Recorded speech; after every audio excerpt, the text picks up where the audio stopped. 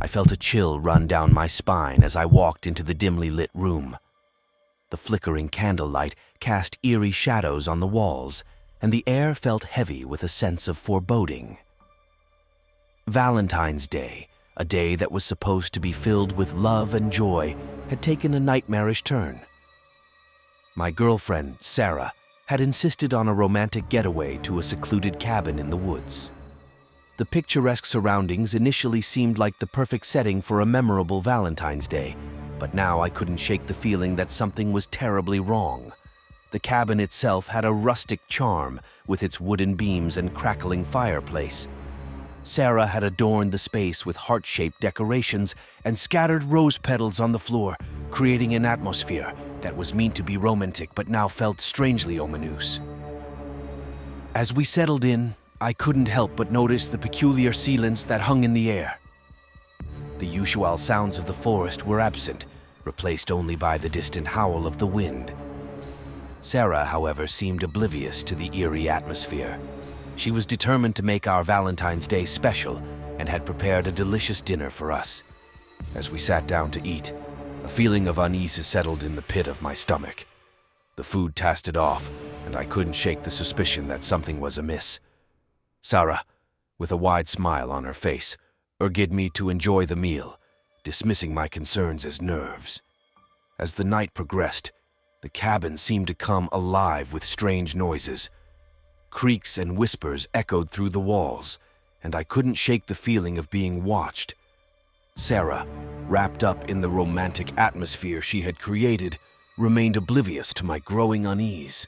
I decided to take a walk outside, hoping the crisp night air would clear my mind. The moon cast an eerie glow on the snow-covered ground, creating an otherworldly landscape. I wandered through the silent woods, trying to shake off the feeling that something sinister lurked in the shadows. As I returned to the cabin, I noticed a series of strange symbols etched into the door. My heart raced as I realized they were symbols associated with dark rituals and ancient folklore. Fear gripped me, and I rushed inside to confront Sarah. She was sitting by the fire, a sinister smile playing on her lips. The flickering flames cast shadows on her face, giving her an otherworldly appearance. I demanded an explanation for the symbols, but she simply laughed and dismissed them as decorations to enhance the romantic atmosphere.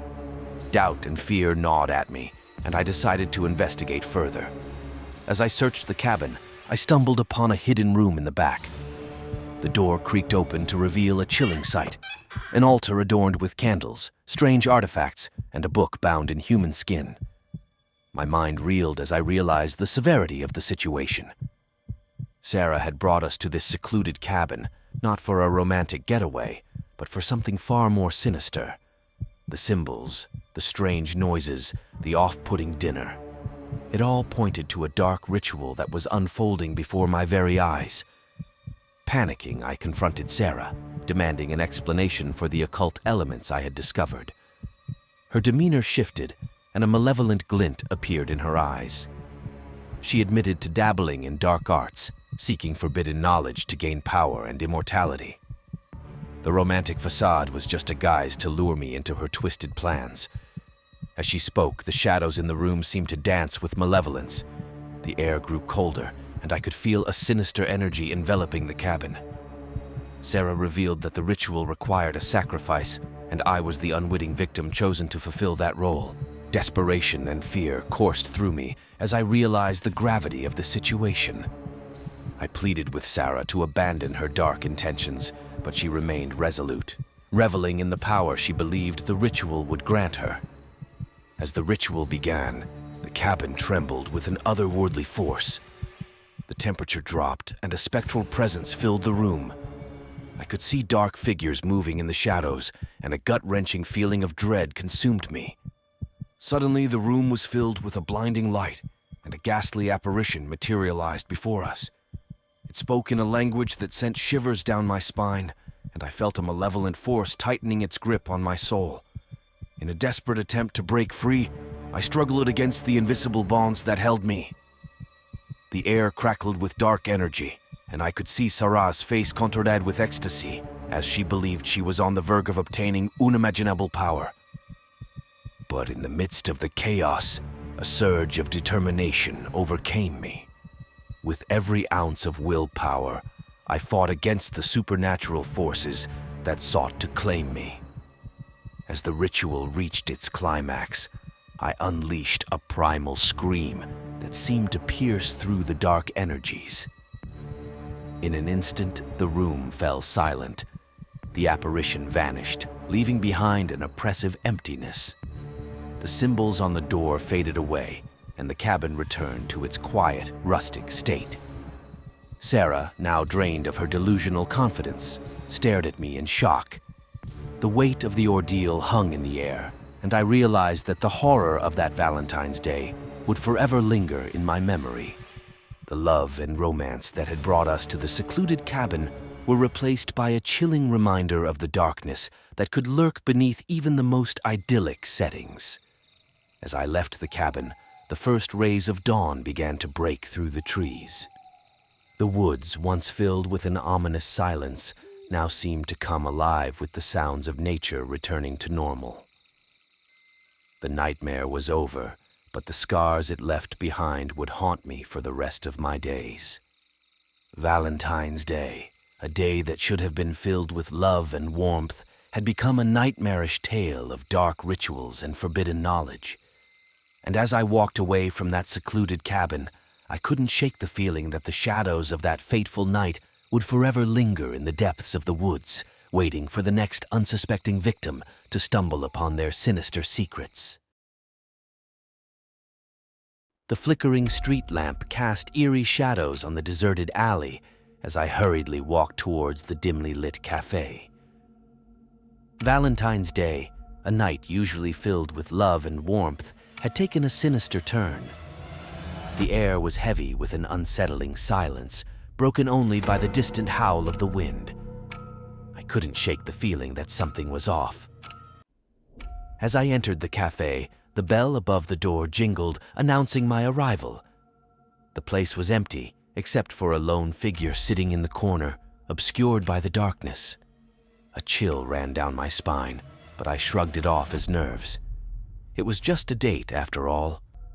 As I approached the table, my eyes adjusted to the dim lighting, revealing a bouquet of red roses in a crystal vase.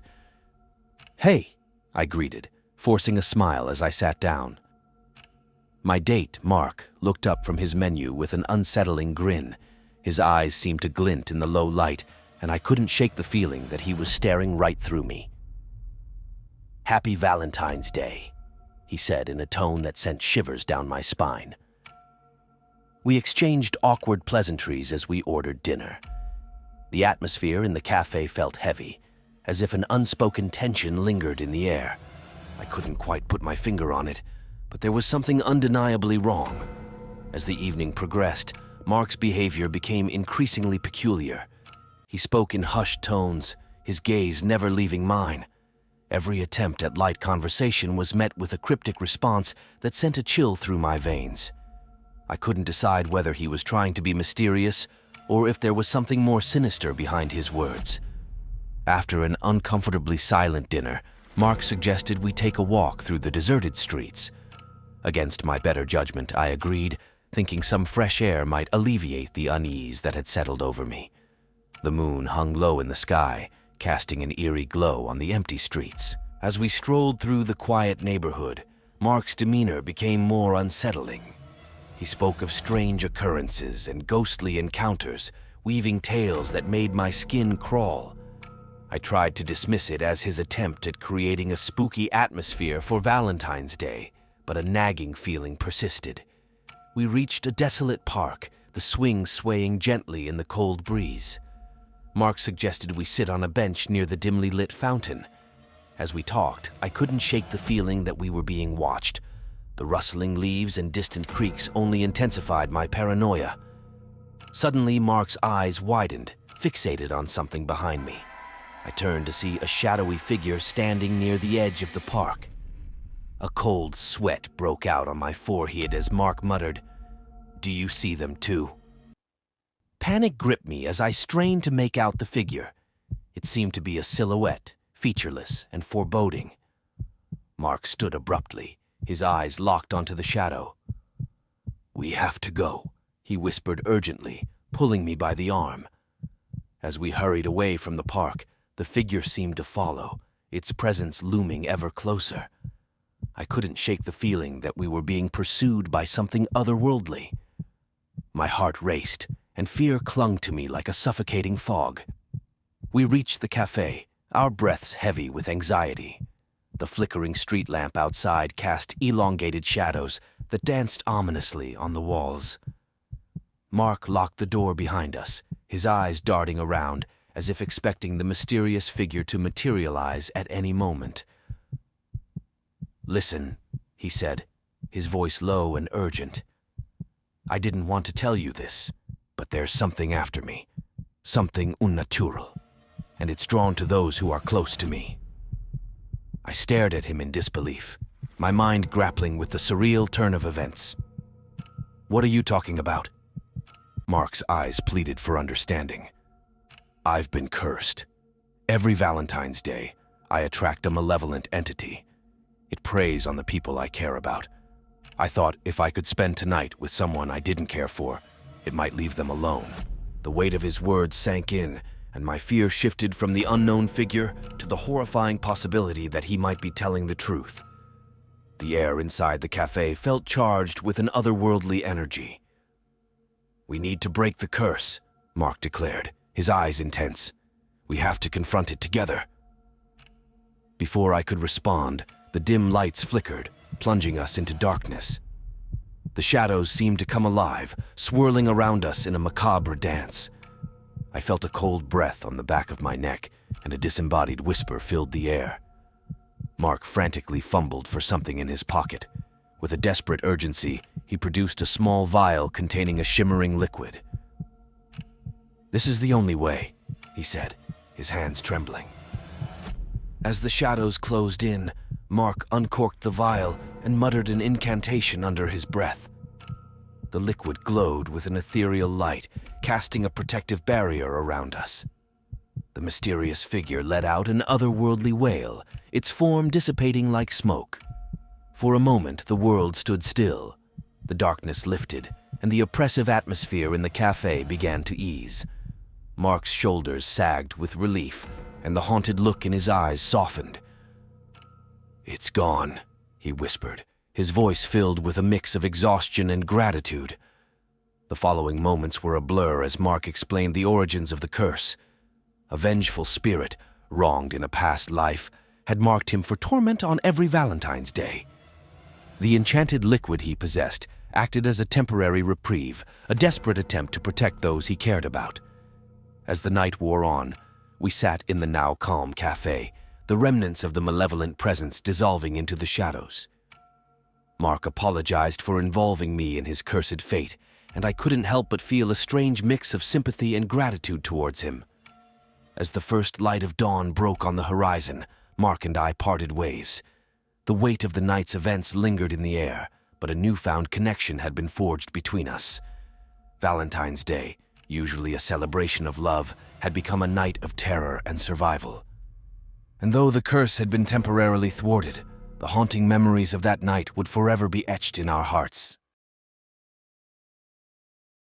The sound of the rain tapping against the window pane matched the erratic beat of my heart.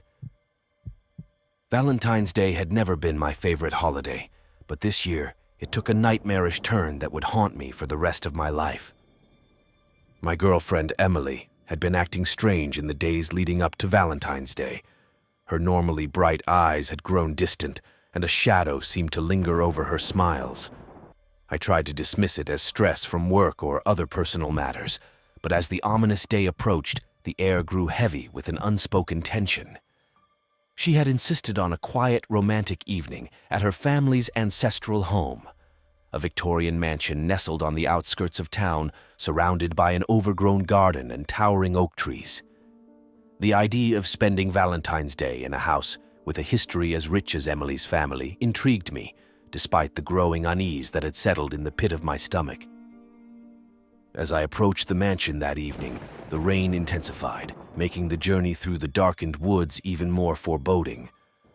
The mansion loomed ahead, its silhouette barely visible through the sheets of rain. The air carried a musty scent, and the imposing structure seemed to watch me with 1,000 vacant windows. Emily greeted me at the door with a forced smile, her eyes betraying the storm within her. The grand entrance hall echoed with the distant sounds of rain, and the flickering candlelight cast dancing shadows on the walls. The mansion felt like a relic from another era, frozen in time. Dinner was a somber affair, the heavy rain tapping against the windows serving as an eerie backdrop to our strained conversation. Emily's family portraits adorned the walls, their stern gazes adding to the unsettling atmosphere. I couldn't shake the feeling that the mansion held secrets, buried in its darkened corridors and forgotten rooms. After dinner, Emily suggested we explore the mansion. Despite my reservations, I agreed, hoping that the change of scenery would lift the heavy atmosphere that had settled between us. As we wandered through the dimly lit hallways, the creaking floorboards seemed to whisper ancient secrets, and the shadows played tricks on my imagination. Emily led me to a forgotten wing of the mansion where dust-covered furniture and faded tapestries hinted at a time long past. We entered a room that seemed untouched by time, its air heavy with the scent of aged wood and mothballs. In the center of the room stood an ornate mirror, its surface clouded with age. As I stared into the mirror, a chill ran down my spine. My reflection seemed distorted, and for a moment I could have sworn I saw the face of a woman, her eyes filled with sorrow staring back at me. I blinked, and the illusion vanished, leaving only my own bewildered expression. Emily, seemingly unfazed, suggested we continue exploring. The rain outside had turned into a torrential downpour, drumming against the mansion's windows like 1,000 ghostly fingers. The corridors seemed to stretch on endlessly, and I couldn't shake the feeling that the mansion itself was leading us deeper into its secrets. We stumbled upon a room tucked away in a forgotten corner, its door slightly ajar. The room was filled with an assortment of old books, dusty trinkets, and faded photographs. One picture caught my eye, a portrait of a woman who bore a striking resemblance to Emily. The same haunting eyes, the same delicate features. My gaze shifted to Emily, who was standing in the center of the room, her eyes fixed on the portrait. A shiver ran down my spine as realization dawned on me. The woman in the pictura was a long-lost relative, someone whose tragic tale was whispered about in Hushed Tones within Emily's family. According to the family legend, the woman, named Isabella, had been deeply in love with a man her family disapproved of. On a stormy Valentine's Day decades ago, she had vanished without a trace, leaving behind only a broken heart and a mansion filled with secrets. As I tried to comprehend the implications, Emily's demeanor changed, the distant look in her eyes intensified, and she began muttering words in a language I couldn't understand. The air in the room grew thick with an otherworldly energy, and I felt a presence that seemed to transcend time and space. Suddenly, the room came alive with a ghostly glow, and the temperature plummeted. Shadows danced on the walls, and I could feel the weight of centuries-old sorrow pressing down on me. Emily's voice, now eerie and distorted, echoed through the room as she recited an incantation that seemed to bridge the gap between the living and the dead. I tried to grasp the reality of the situation, but the lines between past and present blurred. The room seemed to transform, transporting me to a stormy Valentine's Day decades ago. I could feel the heartache and desperation of Isabella, the woman in the portrait, as if it were my own. As Emily continued the incantation, the room filled with a spectral mist, and the ghostly figure of Isabella materialized before us. Her eyes, mirroring Emily's haunting gaze, locked onto mine. I felt an overwhelming sadness and longing emanating from her, a tragic tale of love and loss that transcended the boundaries of time. In that ethereal moment, Isabella reached out to me, her ghostly hand passing through the air. I was paralyzed, unable to comprehend the surreal scene unfolding before my eyes. The room pulsed with a supernatural energy. and I realized that Emily's intentions went beyond a mere exploration of family history. Isabella's ghostly form seemed trapped in a loop of heartbreak and despair, and Emily believed that by reenacting the events of that fateful Valentine's Day, she could somehow free the tormented soul. The rain outside intensified, creating a symphony of sorrow that echoed through the mansion. As Isabella's ghostly figure approached, I could feel her presence enveloping me. Emily's incantations reached a fevered pitch, and the room seemed to quake with the weight of the past. I struggled against the supernatural forces at play, torn between the desire to help Isabella and the overwhelming fear of the unknown. In a desperate attempt to break free from the spectral grip, I pleaded with Emily to stop the ritual. The words seemed to pierce through the supernatural haze, and for a moment the room fell silent. Isabella's ghostly figure wavered, caught between the past and the present. Emily, her eyes now filled with a mix of fear and realization, ceased the incantation. The room, once consumed by an otherworldly energy, returned to its dusty, forgotten state. Isabella's ghostly figure faded away, leaving behind a lingering sense of sorrow that hung in the air. The rain outside began to subside, and the mansion seemed to exhale a collective sigh of relief. Emily, drained and shaken, looked at me with a mixture of regret and gratitude. The weight of the family legacy, the tragic tale of Isabella, had lifted, and the mansion that had held onto its secrets for so long seemed to sigh in relief. As we left the forgotten wing, the grand entrance hall greeted us with a newfound tranquility. The rain had ceased, and the moon peeked through the dispersing clouds. The ancestral home, once a place of mystery and shadows, now felt like a sanctuary.